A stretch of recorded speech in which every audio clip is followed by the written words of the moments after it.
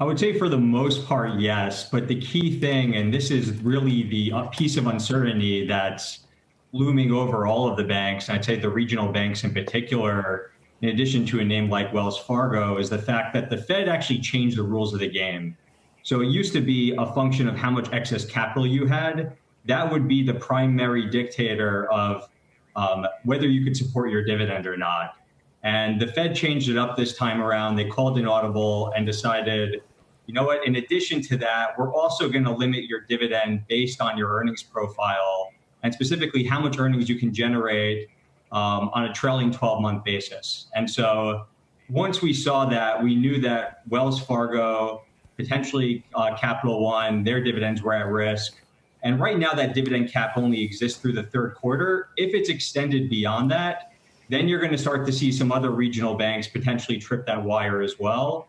And so that uncertainty, lack of clarity around how the rules are going to evolve has been the near-term overhang, at least on the bank stocks for the moment.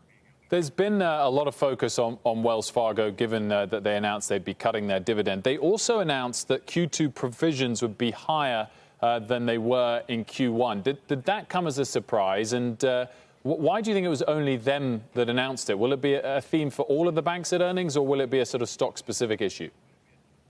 Yeah, it's interesting in that they're the only bank that actually highlighted the credit issue in this release. I think in part they were looking at where sell-side expectations were and saying right now the street's modeling a decline in provision.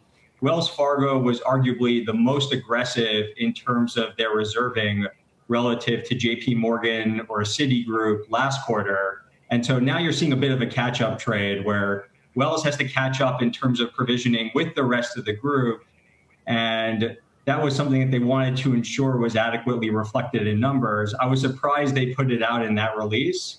But I'd say in terms of the credit outlook or expectations more broadly, 2Q is probably going to be the high watermark in terms of provisioning. And from there, things should start to look a little bit better.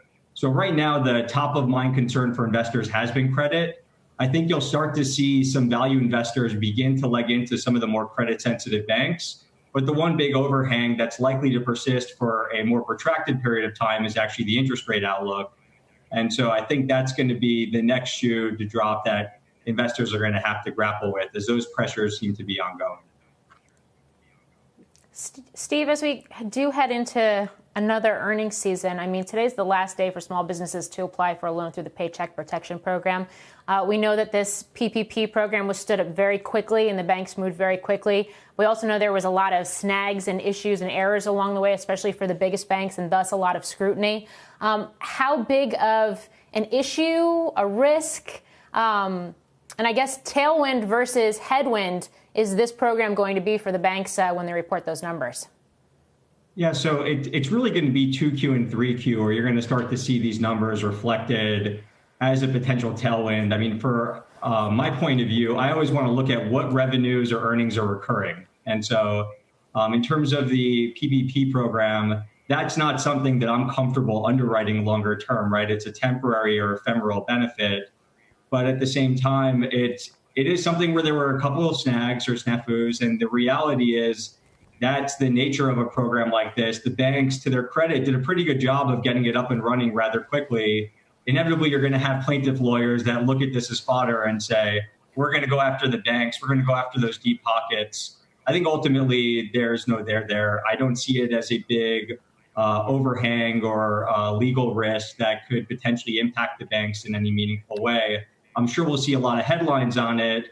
You know, that being said, I think in terms of the earnings or capital impact, it's going to be de minimis. And Steve, all things considered, for the rest of 2020, what would be your top pick of the big six banks?